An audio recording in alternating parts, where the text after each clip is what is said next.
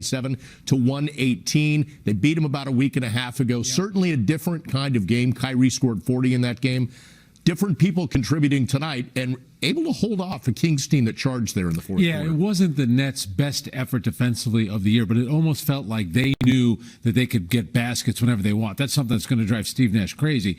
But how about Bruce Brown? If you go back to the last game, DeAndre Jordan was the offensive star with that tap-in that he had. Here's Bruce Brown getting 13 points in the fourth quarter, and when De'Aaron Fox hit the three to make it 110-109, the Nets went on a 14-1 run, and Bruce had 8 of those points. You know, he owned the paint, and it felt like a two-man game sometimes between he and James Harden. Well, you know, this is what you like about him. See, he's ahead of the pack right here, and he beats Marvin Bagley down the court. Actually makes a pretty tough shot that's contested. But once again, so, you know, sometimes it's as simple as this, Bob.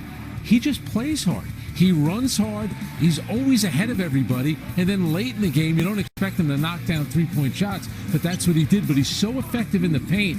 He's not a power forward or a center, but he could score in the paint. And there he knocks down a couple of threes. The Kings bench was talking to him. I don't know if that was Jabari Parker over there, Hassan Whiteside. Somebody was talking to Bruce Brown that got him fired up, and then he hits this one, and this one he does the shimmy, but 13 points in that fourth. I love they keep having the confidence not only to throw to him in the paint, but outside too. They knew that the guy had a hot hand. Why not just keep going to him? Yeah, and then, so Kevin Durant not playing, we know. Timothy Luwawu-Cabarrot not playing, and then, of course, Jeff Green. Guys that would have factored so much into the offense. Bruce Brown is out there because he can defend. When you get 29 points from him, you want to talk about an added bonus, and he was huge in the fourth quarter because it looked like the Nets were there for the taking. And, Sacramento, to their credit, fought hard. They made some big shots. Aaron Fox started getting hot. Bruce Brown was the difference in that fourth. In winning 7 in a row, we've talked about this. They've always found different ways to win those games, but there was always a commitment to defense pretty much in those first 6. That kind of changed tonight. It was much more of an offensive game. And I think, you kind of expect it coming off of a long road trip. You're playing a Sacramento team that's not very good to begin with. But for the Brooklyn Nets, it's, they always say that losing becomes a habit. To me, tonight is an example of winning becoming a habit. Just finding a way.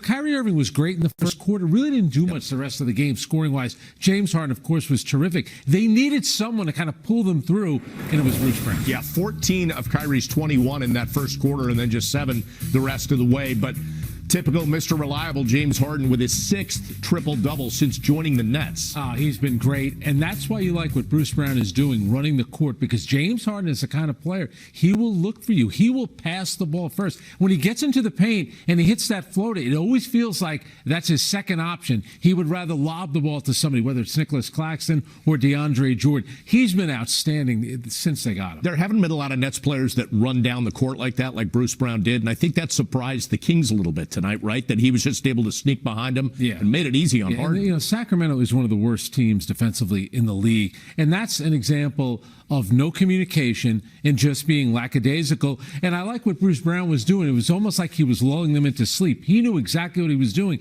Then he would look up, and James Harden, we talked about in the pregame, his eyes are always all over the court. He's looking to make the pass. Those easy baskets are important over the course of a game. In Harden's triple-double tonight, 14 assists as well as 11 rebounds, and of course Brown matches his 29 points. Longest winning streaks now in Nets NBA history. This is a 7th straight win. It matches what they've done 3 previous times. Next up is a 10 spot, and you see the best that they have, 2 franchise records of 14 consecutive victories. All right, we're going to take our first break here on the postgame. We got a lot more coming up. Frank and I have more.